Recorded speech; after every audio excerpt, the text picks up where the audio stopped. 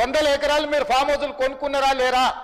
ఈరోజు ప్రాజెక్టులు డైరెక్ట్గా కొండ పోచమ్మ నుంచి మీ ఫామ్ హౌస్కి, మీ ఎర్రవల్లి ఫామ్ హౌస్కి కాలువలు తీసుకొని వందల ఎకరాలు మీరు నీళ్లు తీసుకెళ్ళినరా లేరా?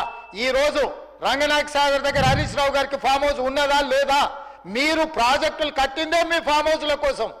ప్రాజెక్టులు కట్టిన కాడ మీరు ఫామ్ హౌస్లు తీసుకున్నారు. దుర్మార్గమైన ఆలోచన మీది. ఈరోజు మీరు సిద్ధంగా ఉన్నారా విచారణకు? కొండపోచమ్మ దగ్గర ఎవరికి ఫామ్ హౌస్ ఉంది, రంగనాయక సాగర్ దగ్గర ఎవరికి ఫామ్ హౌస్ ఉంది, లేకపోతే ప్రాజెక్టులు కట్టిన దగ్గర ఎవరికి భూములు ఉన్నాయో, ఎవరికి ఫామ్ హౌస్లు ఉన్నాయో నిజ నిర్ధారణ కమిటీ కేసీఆర్ గారి ఫామ్ హౌస్కి కాలువలు తీసుకెళ్లి ఫామ్ హౌస్ చుట్టూత వంకర దాని చుట్టూత కాలువలు తిప్పింది ఆధారాలు చూపించాలనా?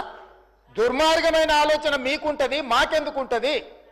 ఇప్పటికి కూడా అబద్ధాలు చెప్పేది మానండి. ఎందుకు ఇంకా బుకాయించాలని, దబాయించాలని? ఎన్ని రోజులు అధ్యక్ష భూసేకరణ జరిగినప్పుడు భూమి కోల్పోయిన నిర్వాసితులకు బాధ దుఃఖం ఉంటుంది. ఆ బాధ దుఃఖం ఉన్న వాళ్లకు అత్యధికంగా నష్టపరిహారం ఇవ్వాలనేది మా ఆలోచన.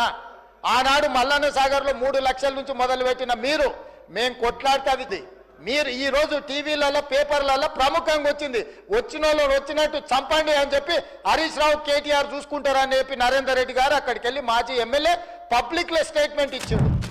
ఇట్లా అధికారులను 10 ఏళ్ళ అధికారంలో ఉన్న మీరు అధికారులను చంపమని, ఏ అధికారులు అయితే ఈ తెలంగాణ రాష్ట్ర అభివృద్ధి కోసం పనిచేస్తారో గా అధికారులను చంపమని ప్రోత్సహించిన మీరు ఈ రోజు వచ్చి మీరు భూసేకరణ గురించి మాట్లాడుతున్నారా? మీరు మాకొచ్చి చదువు చెప్తున్నారా? మేము కాంగ్రెస్ పార్టీ ఒక్కటన్నా చక్కగా ఉన్నదా? ఏ ఒక్క స్కీమ్ అన్నా అమలైందా? ఏ ఒక్కటన్నా సంపూర్ణంగా ప్రజలకు అందుతున్నదా? ఇలా దయచేసి మీరు ఆలోచన చేయండి. రేవంత్ రెడ్డిది పరిస్థితి ఎట్లుందంటే అసెంబ్లీ బయట అబద్ధాలు చెప్తాడు, అసెంబ్లీ లోపల కూడా అబద్ధాలు చెప్తాడు. ఒక్కటన్నా మాట మీద నిలబడాడు.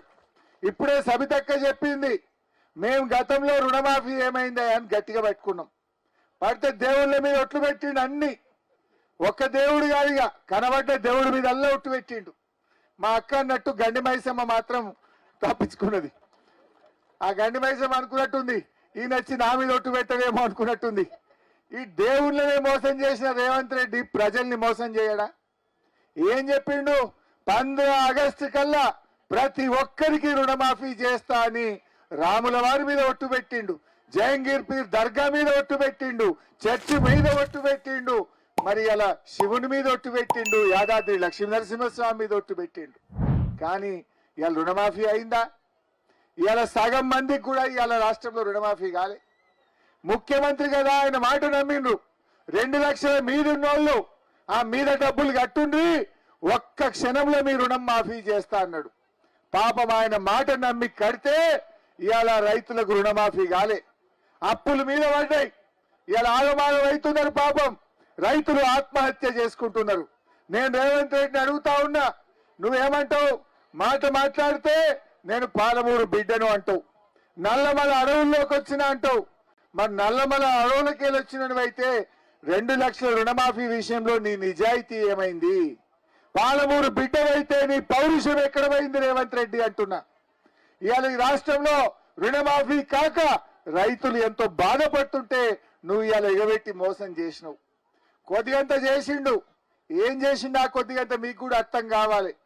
వానకాలం రైతు బంధు పైసలు 8,000 కోట్లు ఎగ్గొట్టిండు.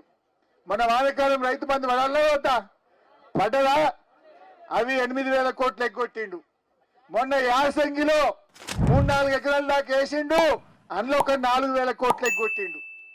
అవి ఇవి కలిపితే 13,000 కోట్ల రూపాయలు రైతు బంధు పైసలు ఎగ్గొట్టిండు. ఈ 13 తీసుకుపోయి కొంతమందికి రుణమాఫీ చేసి ఇక నేను చేసిన అంటాడు. నువ్వు చేసిందేమున్నది? రైతు బంధు ఎగ్గొట్టినావు, పావుల మందికి రుణమాఫీ చేసినావు, 12 మందికి రుణమాఫీ కూడా ఎగ్గొట్టినావు. మీరు యాద్ చేసుకోండి, కేసీఆర్ గారు ఉండగా కరోనా వచ్చింది. కరోనా వస్తే మనందరం తలుపులు పెట్టుకొని ఇళ్లలోనే ఉన్నాం 45 రోజులు. భయపడ్డం బయటకు రావాలంటే. బస్సులు బంధు, ఎక్కడ రోడ్ల మీద మనిషి లేకుండా అయిండు. గంత కరోనా కష్టకాలంలో కూడా కేసీఆర్ గారు మీరు